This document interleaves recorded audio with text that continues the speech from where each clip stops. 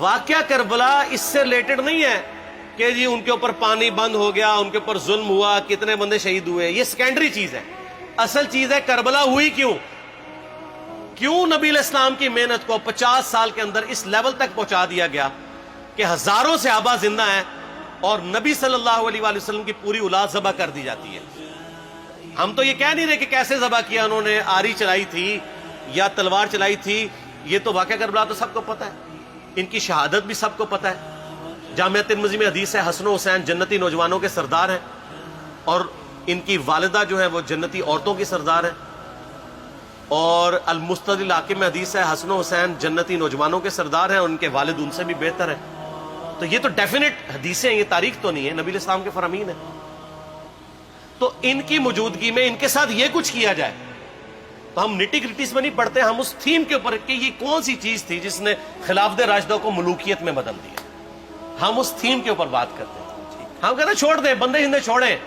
Ultimately کیا نکلا ہے، کس کی وجہ سے ہوا ہے، وہ تو احادیث کی کتابوں میں موجود ہے.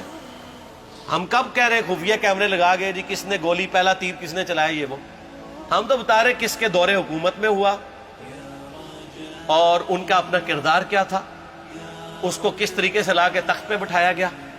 وہ ساری کی ساری چیزیں تو سامنے ہیں، وہ تاریخ کی کتابیں نہیں ہیں، حدیث کی کتابیں ہیں.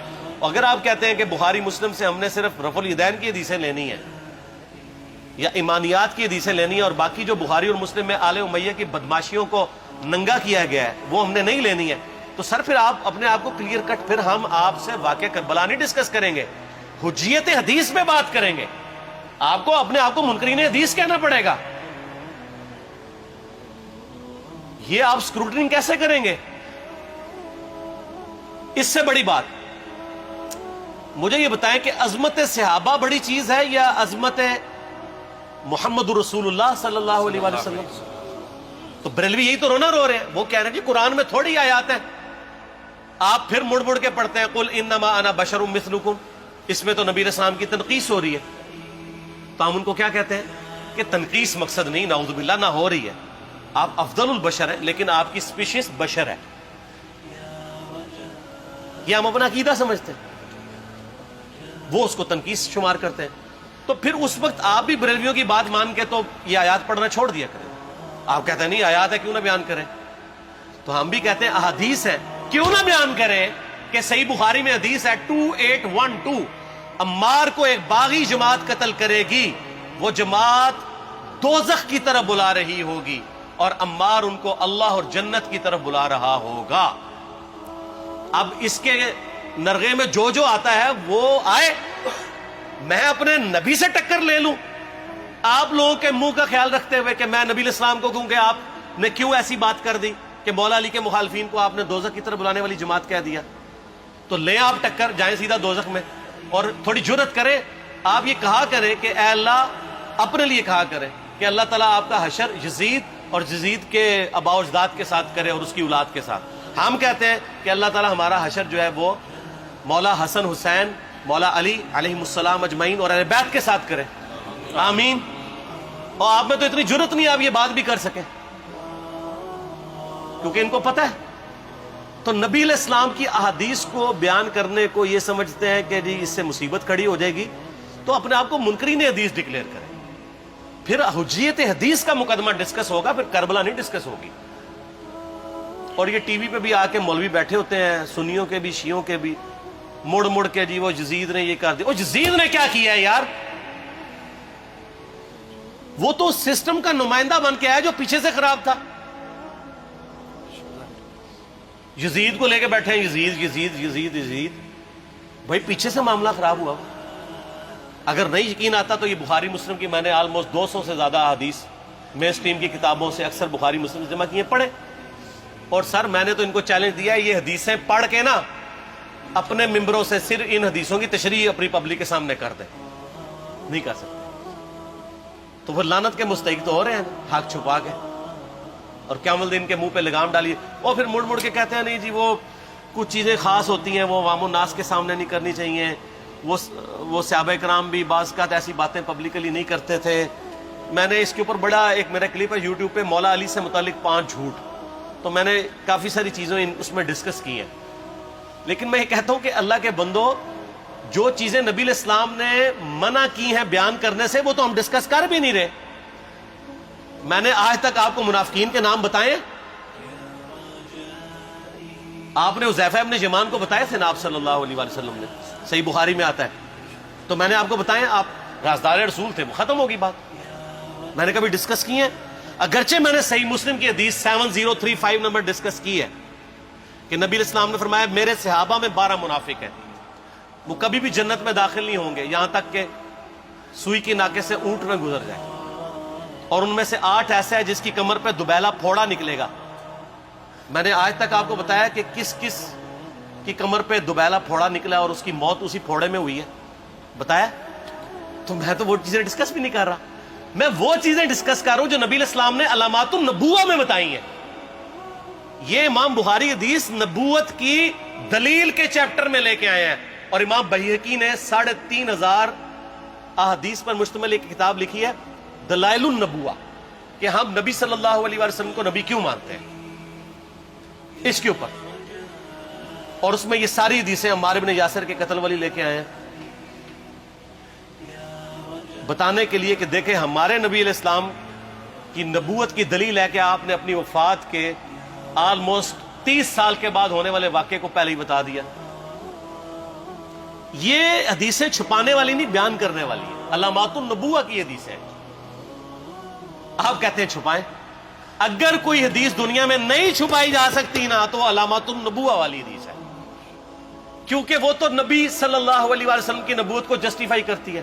ورنہ میرا ایک معصومانہ سوال ہے کہ نبی صلی اللہ علیہ وسلم نے یہ باتیں کر کے ان کے زوم میں نعوذ باللہ امت کو مصیبت میں ڈال دیا. آپ نے خود ہی فرمایا کہ یہ ہوگا. کیوں فرمایا آپ نے؟ میں تو بیان کر کے مجرم ہوں. تو جس نے مجھے خبر دی ہے ان کے بارے میں آپ کا کیا خیال ہے؟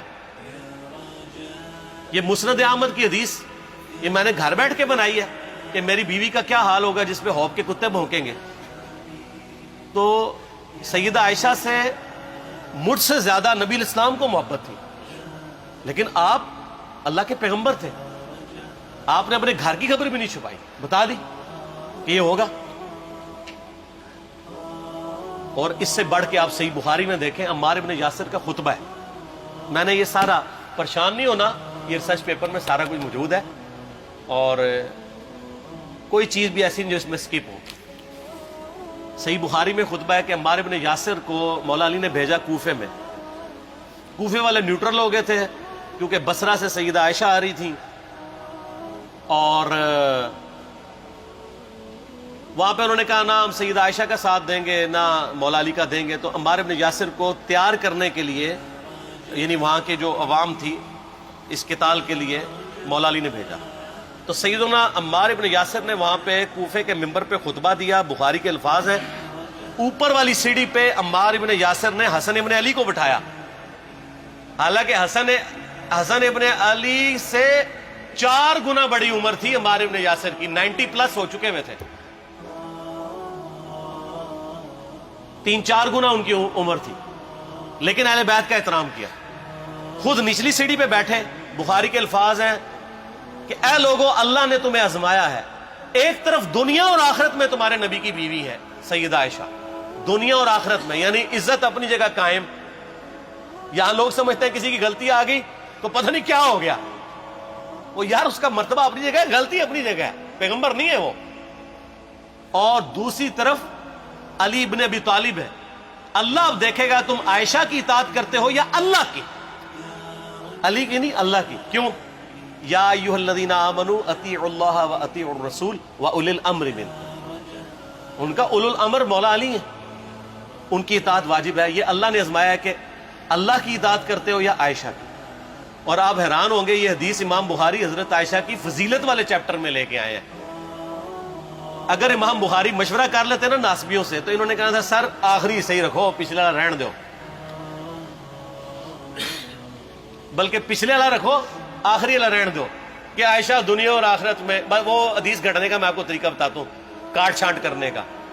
وہ آدھی حدیثیں لکھتے ہیں نا، آدھی حدیث ایسے لکھتے ہیں امام بخاری کہ سیدہ عمار ابن یاسر نے خطبے کے دوران فرمایا کہ سیدہ عائشہ دنیا اور آخرت میں تمہارے نبی کی بیوی ہے، بس. لیکن امام بخاری نے پوری حدیث لی ہے، آگے وہ بھی ڈالا ہے کہ اللہ آزما رہا ہے کہ عائشہ کی اطاعت کرتے ہو یا اللہ کی، جیسے آپ کے علماء کر رہے ہیں۔ صحیح مسلم کی حدیث 6488 آدھی بیان کرتے ہیں سارے مولوی، بریلوی، دیوبندی، اہل حدیث، سب، میرے صحابہ کو برا مت کہو، اگر تم میں سے کسی نے احد پہاڑ کے برابر بھی سونا خیرات کر دیا اور میرے صحابہ نے ایک مد یعنی 600 گرام خیرات کی، آدھا کلو، اس کے آدھے کو بھی نہیں پہنچ سکتا بس۔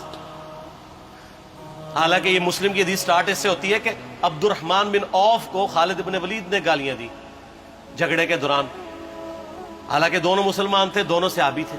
آپ نے حضرت خالد بن ولید کو بلا کے ڈانٹا، فرمایا تم میرے صحابہ کو برا مت کہو۔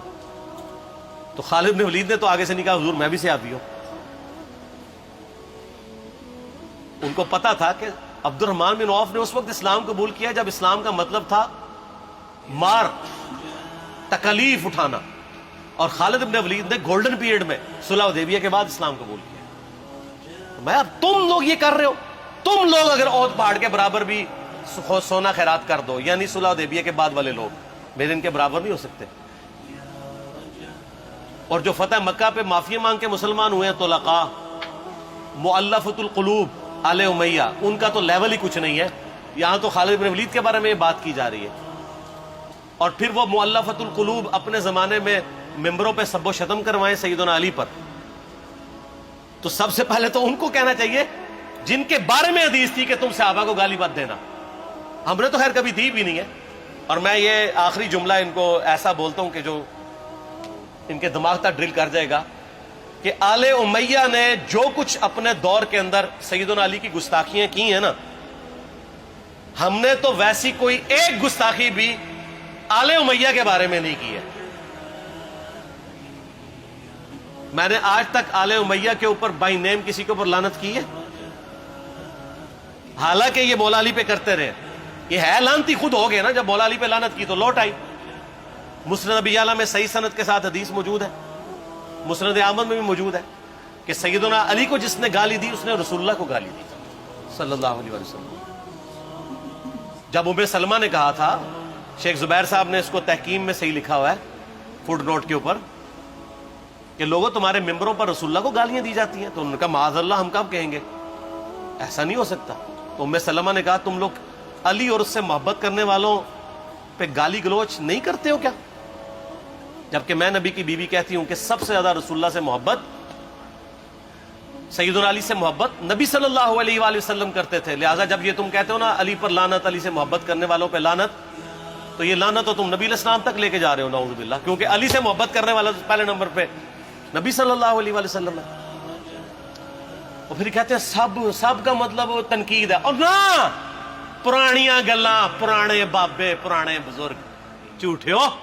صحیح مسلم کھولو 6229 غدیر خم سے اگلی حدیث، لعن اللہ ابا التراب کے الفاظ ہیں، مٹی والے ابن ابی طالب پر لعنت، یہ الفاظ موجود ہے۔ سب کا ترجمہ لعنت ہی ہے، تنقید نہیں ہے۔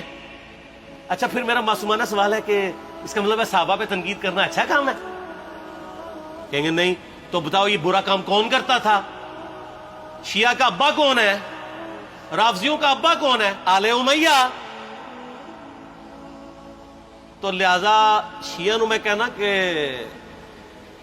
تسی شیخین کے اوپر بکواس اور تبرہ کرنے کی بجائے نا اب لوگوں کو حقائق بتائیں کہ ٹوٹی کمند کہاں۔